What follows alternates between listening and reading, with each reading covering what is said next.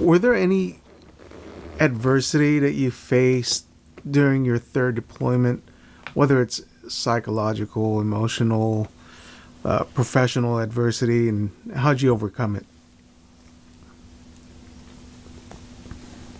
Managing morale was definitely my hardest part. Because even though I had Barrett, I had a guy, I worked later on in my career, Dan Luna, love that dude, and he talked about the seesaw. He's like, when op tempo goes up, morale and warfare can go down. Like, no movies, living on cots, eating MREs. As long as we're going out every night, nobody gives a shit. Mm-hmm. When operational tempo goes down, morale and warfare have to go up. Well, how many times can you play Madden and Call of Duty and Tony Hawk Pro Skater? Only so many hours in a day. How can you balance that out? Because they start to lose motivation. They're not really there. They're not going to be committed when we get on the ground. It doesn't matter if we're set in isolation for 90 days or 9 days. If they're not checked in, they're not checked in. And that was my biggest thing, is because I've never had to do that before. I never had anybody to show me how to do that seesaw approach until I had Barrett.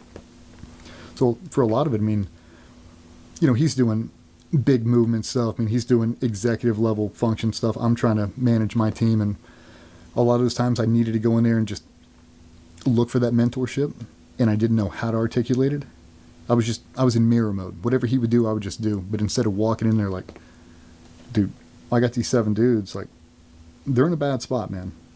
Like, they're not checked in, they're not engaged. I don't know how to do it. What do I do? He just basically solved the problem for me by putting us back on a schedule. But maintaining morale and welfare was definitely a challenge on that deployment, because dudes were sick of it.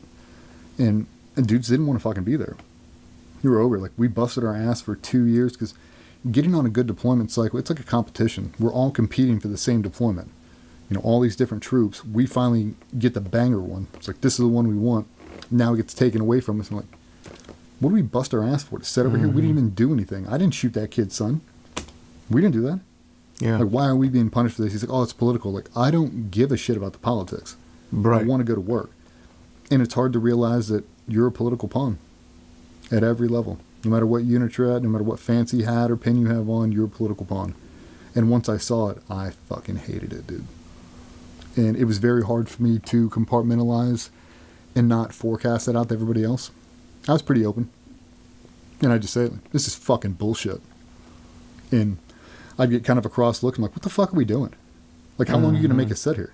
Yeah. 90 turns to 120, 180 real fast, dude. How long are we going to sit here? He's like, it's not in my control. I'm like, fucking do something.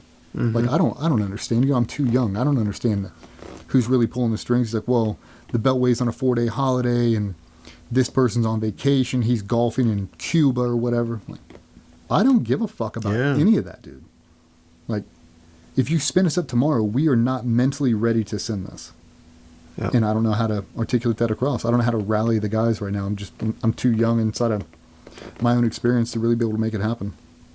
He ended up solving it for me, but I mean, that was probably the hardest thing, dealing with the mental adversity of just sitting there, knowing how polished and how ready we are, and we're not being able to go to work. Right. That's gotta be frustrating. I didn't sign up for this shit. And then that was the thing in the back of my mind, like, I've already screened and gotten picked up. I don't even need to be here. And that was the thing, like, me and Cole, we got picked up after our second deployment, and they condescended doing a third because I was so young. I think I screened when I was 21. Got picked up. I was going to do selection when I was 22. And they're like, you're so young, dude. Like, you got plenty of legs. Just do another deployment. And it basically turned into like, if Cole will do one, I'll do one. Okay, we'll both do one. As soon as we started that cycle and I got those 2 first platoon chiefs in, I was like, you motherfuckers, dude. Like, and then when I got Barrett, it's like, all worth it. We're all cool. We're good. We get overseas, 90-day stand down. I'm like, you motherfuckers. Like, I did not sign up to do this, dude. And we made up for it from the second half of deployment. It was totally cool, totally worth it. I'm so glad I stayed. But there were definitely times where I wanted to go home, dude. Like, get me the fuck out of here. I got a wedding right when we get home. I don't need to be here. If we're not going to work, we're just going to sit here. I can do CQB in Virginia Beach, dude. Get us out of here. I'm glad cooler heads prevailed, and we kind of rewrited the ship, but yeah, it's hard, dude. Well, let's say a couple steps back. Was this you and Cole's first deployment together? No, it's our third. Your third together. You guys have been the same team the whole time. How was that working with Cole in combat in relation to how it is now? Like, is it kind of weird for you guys to look back at it and be like, man, we were in a shootout in X place, and now we're here hanging out? Like, I never think about it. yeah, I don't know, like, dude, it seems like it's 1,000 years ago, and it seems like that's it what was I'm yesterday saying. at the Yeah, same like, time. was there a sense of like surrealness in terms of like, man, I can't believe we were there, Sometimes, and here we are now hanging out with our kids yeah. I mean, poolside cabana I mean, at the water sometimes, park. You know what I mean? Like, yeah, sometimes. yeah, Like, you'll hear somebody say something like, "Oh, Iraq at this time," and I was like, "Yeah, I was there." Oh, this time I was like, "Yeah, I was there." Yeah, I was there. yeah, But it seems like so long ago that you don't ever think about it. yeah. Like, I don't ever just sit back like, all the shit we did. I never think about it. We just like going to work. How long was that third deployment?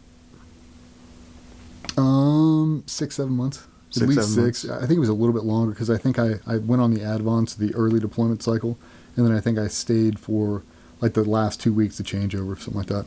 Because I had we came back. I basically had 6 months to get ready to go to selection. Mm-hmm. So there's no real rush for me to get back. And when we came back, we went admin mode. We just trained for 6 months to go. So I'm getting this right. When you got back from your second deployment, you screened.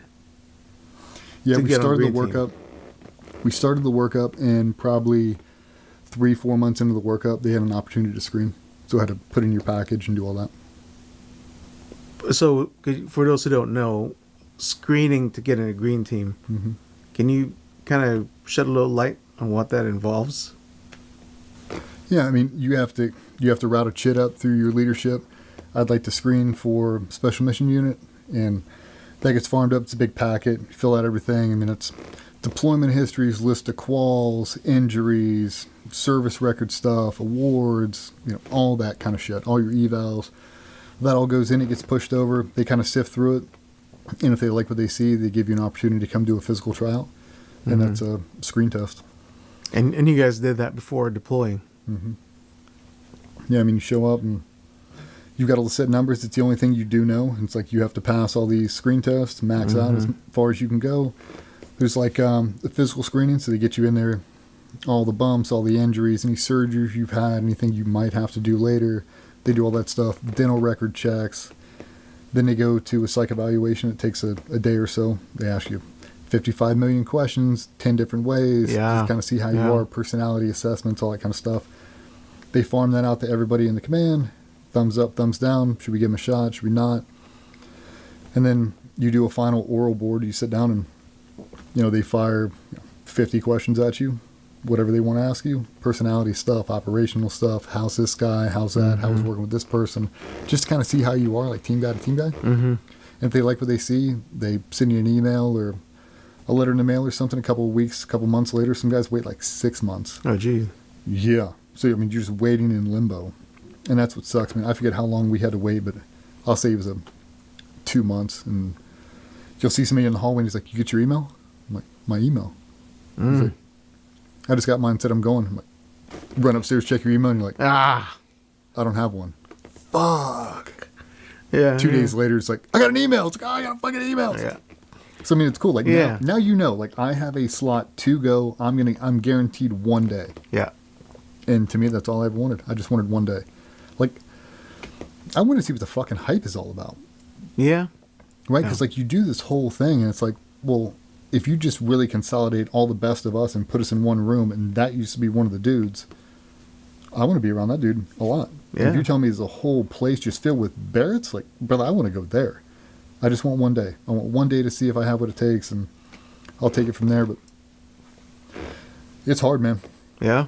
Oh, it's harder than Buds, for sure. I don't think anybody... Yeah, that's what I was going to ask you. How hard was that in comparison to Buds? Twice as hard as Buds. Twice as hard as Buds.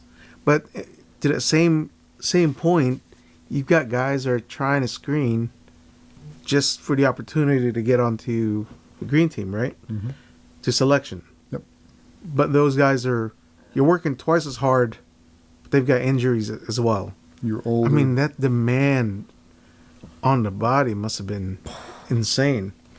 I mean, we sailed under a lucky star, man. We had a strength conditioning coach over to the team named Sean Holes. He ended up going over to the Eagles. Their strength science coordinator or something like that. He's a fucking savant, dude.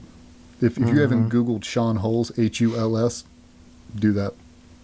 Him and Vernon, if they had a baby, it would change the world.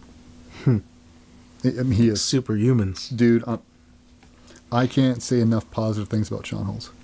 Changed my entire outlook on life. He did. I mean, the sessions we would do to get ready once we came back from that deployment, prepping up. I mean, he set us all down in the room. There's probably 20 of us that are all trying to get ready to go. And he set us all down in the room, had all the screen test numbers, and went one by one. He's like, what do you want to weigh? Like, 215. How tall are you? 6'1"? How many times you want to, how many push-ups? Tell him a number. How many pull-ups? What do you want your run time to be? What do you want your swim time to be? Okay, they got a body weight bench press. What do you want your 5-mile run time to be? What do you want this to be? They go all the way through. He's like, okay, next. And went all the way down. Okay. All the way down. He's like, this is how we're going to do it. We're going to train 7 days a week. Focus recovery days, long run days. On Saturday and Sundays, we'd come in and we'd do like 12-mile conditioning runs at pace. Jeez. And just slowly but surely, faster and faster. He'd do running clinics where he'd film your gait. He'd put us in running bras to control your arm tempo, revolutions on your run cycles, heels, all of it. And he'd bring in the swim dude. He brought us in a swim coach to help us swim. How ironic is that? Is this